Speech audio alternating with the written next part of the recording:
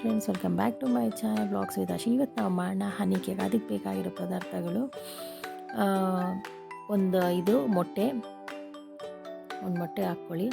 Plus ಅದಕ್ಕೆ ಒಂದು half ಗ್ಲಾಸಷ್ಟು refined oil, ನಾವು ಯಾವ್ದು ಯೂಸ್ ಮಾಡ್ತೀವಿ ಅದು, ಒಂದು ಅರ್ಧ ಗ್ಲಾಸಷ್ಟು ಶುಗರ್ ಪೌಡರ್ ಹಾಕ್ಕೊಂಡು ಮೂರನ್ನ ಚೆನ್ನಾಗಿ ಮಿಕ್ಸ್ ಮಾಡ್ಕೊಳ್ಳಿ. ಫಸ್ಟು ಒಂದು ಕೂಡ ಲಂಪ್ಸ್ ಇಲ್ದಿರೋದ ಅರ್ಧ ಗ್ಲಾಸಷ್ಟು ಮೊಸರು ಹಾಕ್ಕೊಳ್ಳಿ, ಸ್ವಲ್ಪ ಬೇಕಿಂಗ್ ಸೋಡಾ, ಸ್ವಲ್ಪ ಕುಕ್ಕಿಂಗ್ ಸೋಡಾ ಮತ್ತು ವೆನಿಲಾ ಎಸೆನ್ಸು, ಆಮೇಲೆ ಒಂದು ಗ್ಲಾಸಷ್ಟು ಮೈದಾ.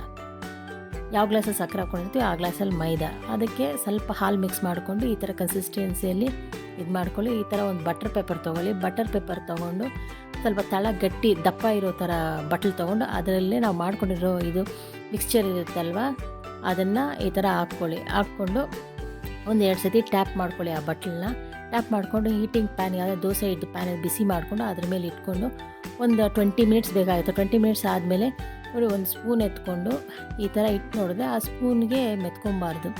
ಅಂದರೆ ಆವಾಗ ರೆಡಿಯಾಗಿದೆ ನಮ್ಮ ಕೇಕ್ ಅಂತ ಮೆತ್ಕೊಂಡ್ರೆ ಅಷ್ಟು ಇದಿರಲ್ಲ.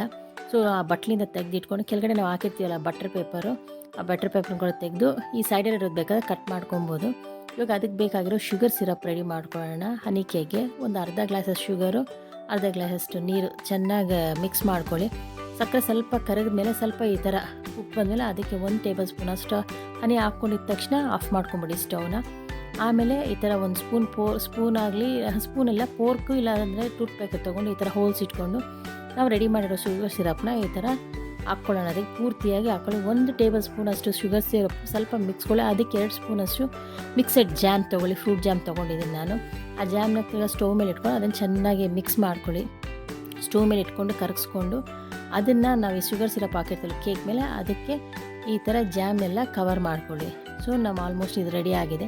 ಅದಕ್ಕೆ ಡೆಸಿಕೇಟೆಡ್ ಕೋಕೋನಟ್ ಪೌಡ್ರನ್ನ ಮಿಕ್ಸಿಯಲ್ಲೇ ನಾನು ಹಾಕ್ಕೊಂಡಿದ್ದೆ, ಒಣಗಿದ ಕೊಬ್ಬರಿ ಇತ್ತು ಮನೇಲಿ ತಯಾರು ಮಾಡಿಕೊಂಡೆ. ಸೊ ಅದಕ್ಕೆ ಈ ಥರ ಹಾಕ್ಕೊಂಡು ನಮ್ಮ ಹನಿ ಕೇಕ್ನ ತಯಾರು ಮಾಡಿಕೊಂಡು ಈ ಥರ ಒಂದು ಲೆವೆಲ್ಗೆ ಕಟ್ ಮಾಡ್ಕೊಂಡು, ಸೊ ಈ ಥರ ಮನೇಲಿ ಮಾಡ್ಕೊಡೋದ್ರಿಂದ ಮಕ್ಕಳಿಗೆ ತುಂಬ ಚೆನ್ನಾಗಿರುತ್ತೆ ಟೇಸ್ಟಿಯಾಗಿ. ಆಚೆ ಕಡೆ ತೊಗೊಂಡ್ರೆ ಹನಿ ಕೇಕ್ ಯೂಶ್ವಲಾಗಿ ಸ್ವಲ್ಪ ಹುಳಿ ಇರುತ್ತೆ, ಮಾಡೋದ್ರಿಂದ ಸ್ವಲ್ಪ ಇರುತ್ತೆ. ಸೊ ಮಾಡಿ ಮಕ್ಕಳಿಗೆ ಕೊಟ್ಟಿದ್ದೀವಪ್ಪ ಅನ್ನೋ ಒಂದು ತೃಪ್ತಿನೂ ಇರುತ್ತೆ. ಸೊ ನನ್ನ ಈ ವ್ಲಾಗ್ ಇಷ್ಟ ಆಗಿ please like, share and subscribe to my channel. Thanks.